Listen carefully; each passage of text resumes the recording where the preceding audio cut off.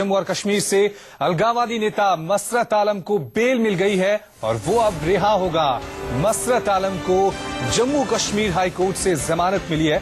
मसरत आलम को घाटी में पाकिस्तानी झंडा फहराने और पाकिस्तानी समर्थक नारेबाजी करने के बाद गिरफ्तार किया गया था और अब जो खबर आ रही है उसके मुताबिक अलगाववादी नेता मसरत आलम को जम्मू कश्मीर हाई कोर्ट ने जमानत दे दी है और जल्द ही अब अलगाववादी नेता मसरत आलम रिहा हो जाएगा।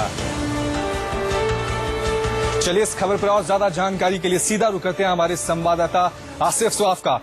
आसिफ, बताएं क्या अपडेट है आपके पास, किस बेसिस पे मसरत आलम को जमानत दी गई है?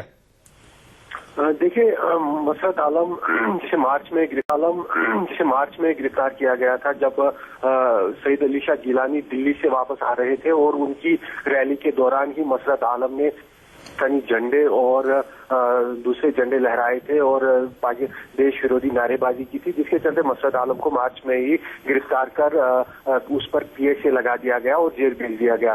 पीएसए जो है ये पब्लिक सेफ्टी एक्ट होता है जिसके तहत 2 साल तक किसी व्यक्ति को देश विरोधी गतिविधियों के चलते गिरफ्तार किया जाता है। हाई कोर्ट ने मसरत आलम का ये पीएसए क्वॉश किया है, उसे रद्द कर दिया है और उसकी रिहाई के आदेश दे दिए हैं। अब ये सरकार पर निर्भर होता है कि सरकार क्या उसे छोड़ेगी या पिछला कोई केस निकालकर उसमें नया पीएसए बनाकर मसरत आलम को वापस गिरफ्तार करेगी। जैसा पिछले दिनों में हुआ था, पिछले दिनों भी कोर्ट से इसी तरह के आदेश आए थे कि मसरत आलम का जो पीएसए था वो क्वॉश हुआ था, लेकिन सरकार ने, प्रशासन ने एक और केस बनाकर उस पर नया पीएसए डालकर वापस जेल में ठोक दिया। तो बिल्कुल अब ये सरकार पर निर्भर होता है कि मसरत आलम वाकई में बाहर आ पाता है या नहीं।